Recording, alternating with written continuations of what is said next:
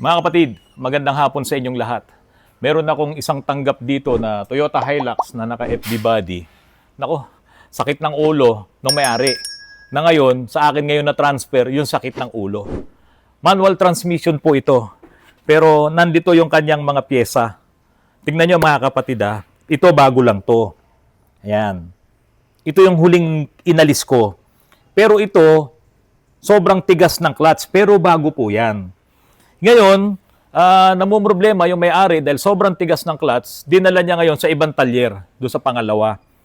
Nag-rekomenda yung talyer na yon na palitan ulit ng clutch, no? Assembly. So ito, bago na naman to. Pansinin nyo, halos hindi pa nga talaga nagamit. Ayan, bagong-bago po siya. Ganun din ito, bago din. Puro Aisin brand po yan. Ayan.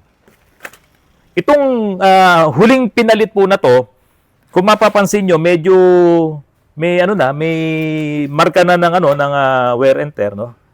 Ayan. Dahil dito nakapatong itong release bearing. Bago din to. Hindi pa to umabot ng 1 taon. Kaya lang hindi talaga kaya nung may-ari yung tigas ng clutch. So nagpalit. Ito yung nung nabili niya, ito na yung nakalagay.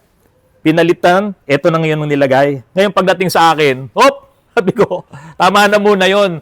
Kasi alam niyo mga kapatid, nakadalawang akyat baba na po ako ng transmission nito.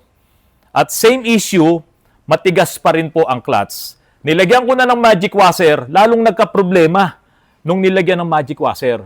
Alam niyo mga kapatid, kapag nilagyan ng magic washer, dapat nga lumambot yung clutch Kaya lang, nung nilagyan ko ng magic washer, lalong lumaki ang problema ng fork. Lalong nawala siya sa alignment.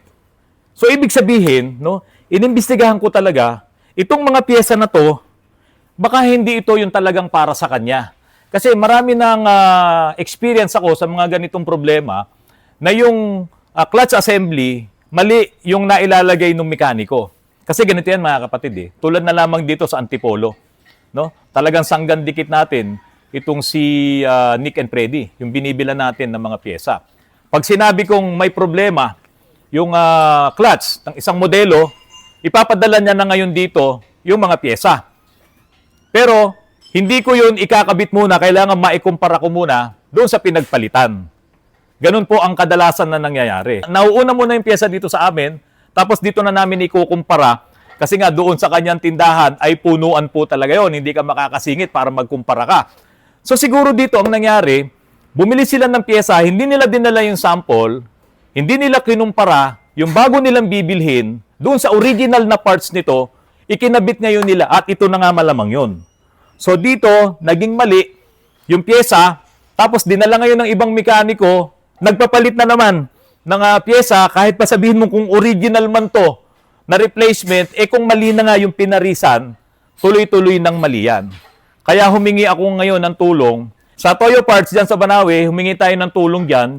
Meron silang original na parts doon at kailangan lang yung chassis number para maibigay sa atin yung talagang original na pressure plate, clutch lining, at saka yung release bearing. Kasi kung hindi natin maibabalik yon, mananatiling yung problema niya, nakatukod yung release bearing doon sa pressure plate. Puntahan ngayon natin yung transmission, ipapakita ko po sa inyo. Ito yung transmission nitong Hilux na to. Dito pa lang makikita nyo na may problema na kung ikakabit ko itong fork saka yung release bearing. Dapat kasi, itong release bearing, hindi siya lalampas dito sa pinakakatawan. Ito yung pinakakatawan, yan. Kaso, lumalampas siya. Ito na yung pinakadapat na normal na posisyon niya. Kasi ito mga kapatid, dapat ganito ang posisyon ng fork. Ayan, ganyan dapat ang posisyon ng fork. Okay? Pero dito, pag ganyan ang posisyon ng fork, nakalabas na po itong release bearing. Ayan, ang laki na ng inilabas niya. Tingnan nyo dapat hindi siya sosobra dito Dapat ganito lang kaso bumabangga na dito. Tingnan nyo mga kapatid Okay, bangga na siya rito. Kaya ngayon, pag ikinabit na ngayon, yung secondary slave dito, ganyan, ito ngayon tukod na doon sa pressure plate. Rex, dalin mo dito yung pressure plate. Yung kasing release bearing na to, tatama to dito. Ito, pag itinulak ng release bearing, dahil inapakan mo yung clutch pedal mo, tutulak ngayon to doon sa hydraulic pressure ng fluid, itutulak niya to, At pag ito itinulak, itong mga diaphragm spring na yan, ito namang plate na to, umaatras yan, atras yan. Kaya pag ito umatras, bibitaw siya ngayon doon sa clutch lining.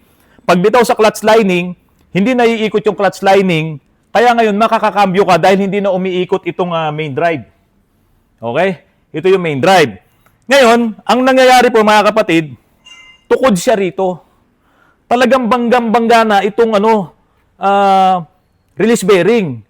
Ngayon, sobrang tigas nung clutch kasi dapat magiging malambot yan kapag ka ang forma ng clutch fork mo ay yung diretso. Ito kasi hindi ito diretso. Dapat ganyan. Yan yung pinakatamang forma niya. Na konting apak mo lang, re-release na. Ganyan lang dapat yan. Re-release na siya. Ngayon, ang nangyayari dito, nandito siya, aapakan mo muna ng malalim, malaki-laki yung travel, kaya tumitigas yung clutch. Ngayon, ang isa pang masama doon, ito nakatukod na. Biro nyo hanggang dito na siya, oh. Kaya yung under nito, may pagkakataon pa na naka-slide yan. Kasi nga, nakatukod yung ating release bearing. Ngayon, para ma-solve natin yung problema na to, mga kapatid, ang sabi ko sa may-ari, humingi tayo ng tulong diyan kay Toyo Parts, ipadala ko yung chassis number nito at mabili natin yung talagang mga original na pyesa nito. Kasi itong fork niya, original to. Kaya hindi tayo magdududa dito. Yung kanyang pivot ball, original yan. Ang magiging issue na lamang dito, kung itong release bearing ba ay mali, ayan. Kung mali itong release bearing at sobrang kapal, malalaman natin to sa original parts. Ito sigurado tama ito no? Tama din naman itong pivot ball na to. So wala tayong issue diyan. Ngayon, bakit tumutukod? Baka mali yung pressure plate. Rex, akin na ulit dito yan. Papakita lang natin. No? Itagilid mo tong ganyan. Yan. Okay, ganyan ang posisyon yan diyan sa flywheel. Ngayon, mga kapatid, ang naging forma kasi nito, ikot mo ng konti. Ayan, ganyan.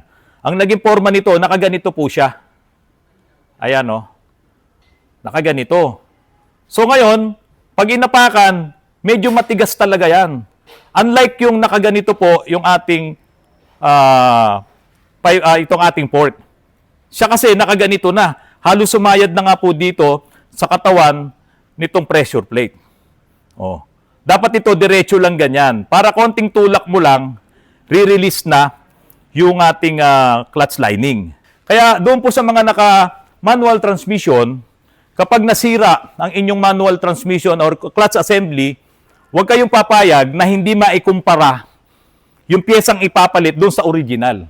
Or hanggat maaari, kung ang inyong mga sasakyan ay tulad ng Toyota, Mitsubishi, Isuzu, bilhin nyo yung original na clutch parts, yung clutch assembly. Kasi pagka yan ay binilan nyo ng hindi original na parts or replacement ang inilagay nyo, dyan na kayo magkakaroon ng mga problema. Abangan nyo yung kasunod na update ko po dito sa transmission itong Toyota Hilux na to. Hingi tayo ng tulong kay Toyota Parts, kay Sir Ray, yung pinaka-general manager doon dito sa tindahan na to, at mabigyan tayo ng original parts talaga base doon sa part number ng clutch assembly nito na ibinase naman po sa chassis number po nitong Toyota Hilux. Abangan nyo po ito. Ngayon, puntahan lang natin yung mga pyesa nung Pajero na Exceed na dinala po dito ni Kuya Danny nung nakarang araw. Kasi kahit luma na ang sasakyan mo, kapag ka dumami ang sira niyan, ganun pa rin halos ang magagastos mo katulad ng mga bagong sasakyan. Kaya yung iba, nagtataka sila, bakit ganun? Luma na yung sasakyan ko pero ang laki pa rin ng magagastos ko. Tara, ipakita ko po sa inyo. Mga kapatid, bago ako pumunta doon sa Pajero na inaayos namin yung pangilalim, ipakita ko lamang po sa inyo itong update dito sa minivan po na ito, na Suzuki. No, tignan nyo po itong kalawang na to. Ayan. Tignan nyo po yan. Kasi diyan po ito pinutol at itong windshield na to, tinanggal nila yan. Dito nagkaroon ng putol. Pero ang naging problema, kinakalawang. Pakita mo. Ayan, no? Medyo hindi talaga maganda yung pagkaka-build nito. Tapos ganun din dito, bumubuka na rin po dahil dyan din po yung pinutol. Kapag kaya na nasa Japan, bago isa kaya ng container van, pinuputol nila yan. Isang piraso yon, isang piraso to, isang piraso to. Kasi nga, doon nila dineclare yan na surplus parts. Di ba? Parts lang talaga to. Ngayon, Dito, ganun din. Ayan na, bibigay na rin dito yung welding dyan. No? Bago ko pa masimulan itong Suzuki na to, dahil ako po ay nagpabili muna ng pyesa, yung auxiliary pan po nito ay may problema rin. At ipinakita ko muna po sa inyo itong update po natin dito sa Suzuki minivan. Mga kapatid, ito po yung sinasabi ko sa inyo. Kahit na luma na po itong Pajero na to, ayan, Pajero Exceed, kaya lang, nagkasira-sira na yung mga pang-ilalim nito, mga bushing, rubber boots, no? Shock absorber, pati itong mga bushing ng suspension arm. Yan, sirang-sira po ito. Kitang-kita naman po, halos matanggal na yung bushing dito. Ayan, mga ball joints, sira po lahat. Stabilizer link, no? Tapos, itong kanyang tie rod, oh, lakas ng palag, oh. At maging yung kanyang gearbox ay sira rin. Ngayon, nagtataka po, yung iba, bakit ganon? Luma na yung sasakyan ko, ang laki pa rin ng magagastos. Halos parehas lang ng gastos ng mga modelong sasakyan. Kasi nga po mga kapatid, kahit sabihin mong luma na yan, pag nagpalit naman din kasi tayo ng pyesa, ay mga bago rin yung ilalagay natin. At itong mga pyesa na to, kahit na ito ay para sa lumang mga modelo ng sasakyan, ang presyo nito ay kapresyo rin ng mga pyesa ng mga bagong sasakyan. Tulad na lamang nito, para po makatipid din si Kuya Danny ng gastos, ang binili ko na yung assembly. No? Tingnan nyo, hindi ko yan basta-basta mapipihit. Oh. No? Kapag kabuo. Tapos ito, hindi ko yan maitutulak. Talagang matigas. Samantalang itong sira, tingnan nyo po, oh. Sirang-sira na talaga, kalug na. Tapos ito, oh. So ngayon, binilang ko na to ng isang buo. Mabuti na lamang at may nabibili pa. Ayan. Hindi katulad ng ibang mga modelo, wala na pong mabili. Ngayon, itong lower suspension arm niya, ito po, kapag wala kaming mabiling bushing nito, ay magpaparibushing na lang ako. Yun ay kung talagang wala na tayo mabibili. So, yun ang mga issues kapag luma na po ang mga ganitong sasakyan. Yung iba, sumasama ang loob nila, bakit ang tagal ng trabaho, bakit hindi pa tapos yung sasakyan nila. Ang problema, yung availability po ng parts. Kami po, kakalasin namin lahat yan. Pag nakita namin lahat yung problema, yun ang papalitan natin. Kaya lang, kung wala kang ang mabibili kagad na parts dahil sobrang luma na po ng mga units na to, yan, pagalingan na lamang po ng diskarte yung mga shops po nang gagawa ng mga ganitong klase ng sasakyan. Tulad po nitong mga tie rods po na to, 555, Japan po yan. Yung mga nabibili nating mga replacement po ng mga tie rods, mga OEM, 555 din po yon. Kaya yung presyo nito, katulad lamang din ng presyo ng mga modernong sasakyan ngayon na nasisira yung mga ganitong klase ng parts. So ito, bago din, brand new, yung nakuha natin na upper suspension arm. Sirang-sira na rin to. Yan, ito yung bago. Tapos ito ang malaking problema, Kuya Danny. May problema ang iyong gearbox. Napakaingay. Pakinggan mo, Kuya Danny, ha? So isa to sa malaking problema mo dahil siguradong dagdag ng gastos to. Pakinggan mo ulit, ha?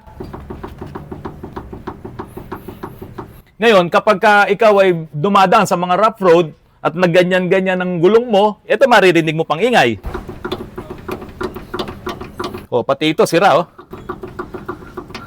Ayan, pinapakita po namin kay Kuya Danny dito sa vlog na to kasi nga, limited din yung budget ni Kuya Danny kasi pati transmission nito, automatic transmission, may problema rin.